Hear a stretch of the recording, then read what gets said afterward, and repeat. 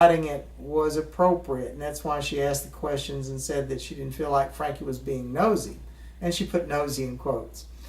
And I responded that I don't think it was expediting it because the day that we were corresponding in email, in fact, the day that we received the records via fax, was the 12th day after we initially recorded it.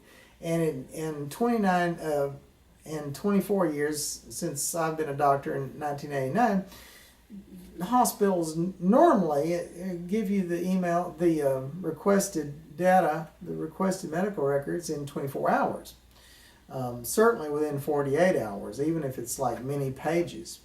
So my concern to her, and one that I'm also voicing it because I told her I was going to do a video, and I do what I say I'm going to do, is why is the University of Texas Healthcare Center at Tyler struggling to do the same thing that other hospitals do with ease? Because it seems that the weak link, the rate limiting factor in all this, is not the doctors in the ER doing their part, filling out the paperwork, but it seems to be the Medical Records Department of the University of Texas Healthcare Center.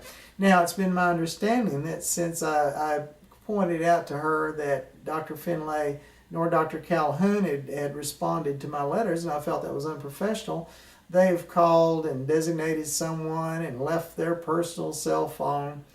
You know, you don't clean up after the mess. You keep the mess from happening by being professional to begin with. But that said, I don't want this to be a complete slam on the University of Texas Healthcare Center because I think they do a great job. And if I had the names of every doctor that I've dealt with at the ER department there, I would list them and I would say thank you because I have the highest marks both for their professionalism, for their friendliness, their patient care, their bedside manner is great. And I would not hesitate now nor in the future to take my mom or anybody to their ER.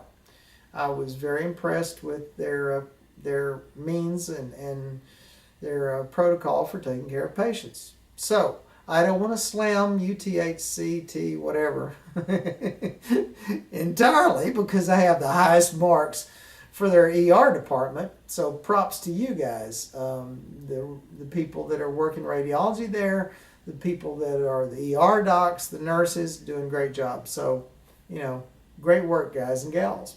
But for the medical records department, the people that are working under and at the direction of Christy Atwood, I would say y'all aren't doing such a great job.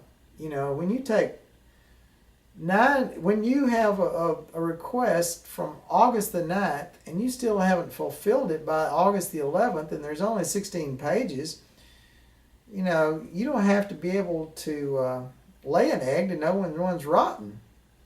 You don't have to be able to create a fish to know when one of those is rotten, and I don't have to be running their medical records department to know when there's a problem.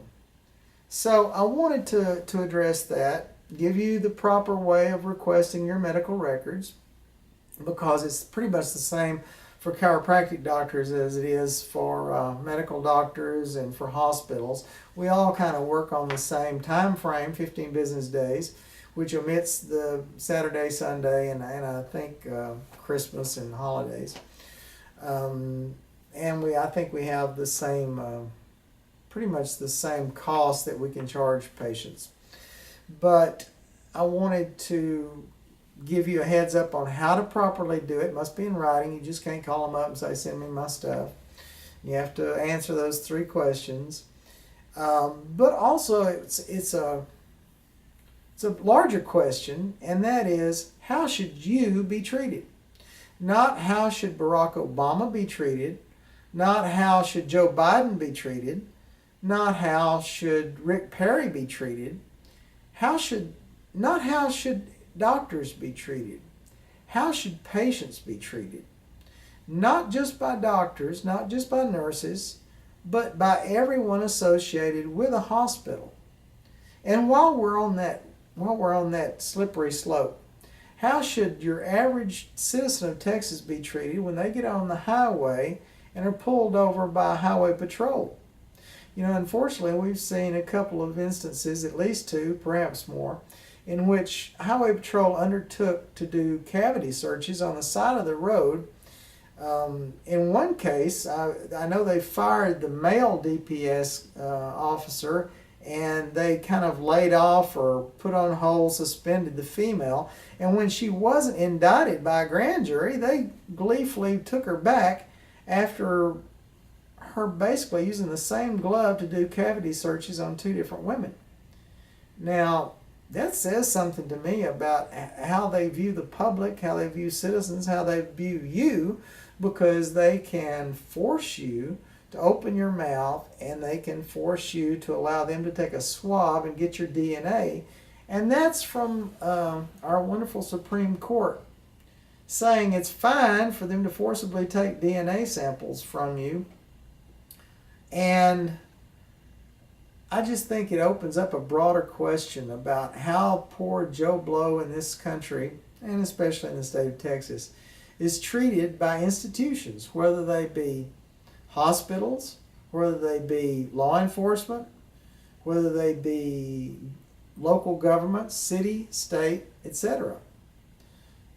What's happening with our rights? You have a Fourth Amendment right not to unreasonable search and seizure. You have a Fourth Amendment right not to have a warrantless search imposed on you. Not for a cop to barge into your house unannounced and say, I'm searching it. These were rights that were important to the founders because they saw how the British soldiers did. In fact, the way the English law system was, you could have double jeopardy, so they ensured that double jeopardy was not something that they were going to tolerate. You have a right not to speak. If a policeman asks you where you're going, I'm not a lawyer and I'm not giving you legal advice, but the Fifth Amendment says that you can say that you're not going to speak pursuant to your Fifth Amendment protections.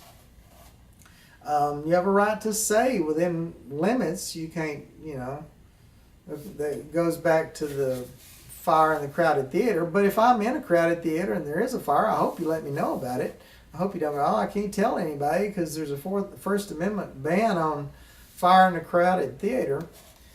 And you can't libel. You can, but it'll be something you'll probably end up in court about. Libel or slander folks. And none of this is medical advice to you, and none of this is legal advice to you, because I'm not your doctor and I'm not your lawyer. But it's one citizen talking through the wonder of video to other citizens about what's happening to our rights.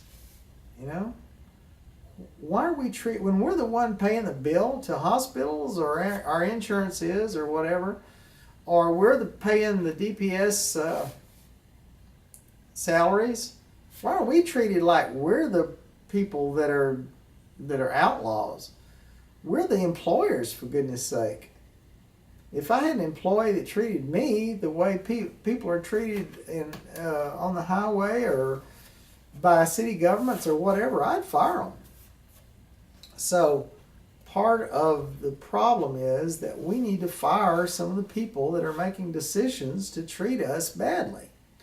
And certainly, if we can't fire them, not to patronize them. So keep that in the back of your mind. If you're not treated with respect, then perhaps you need to address that issue and not patronize the business, or even maybe not vote the people in that are treating you badly or allowing you to be treated badly. So my rant about medical records turned into a general question about why don't we demand better treatment from organizations? We're not nobodies. We pay the bills.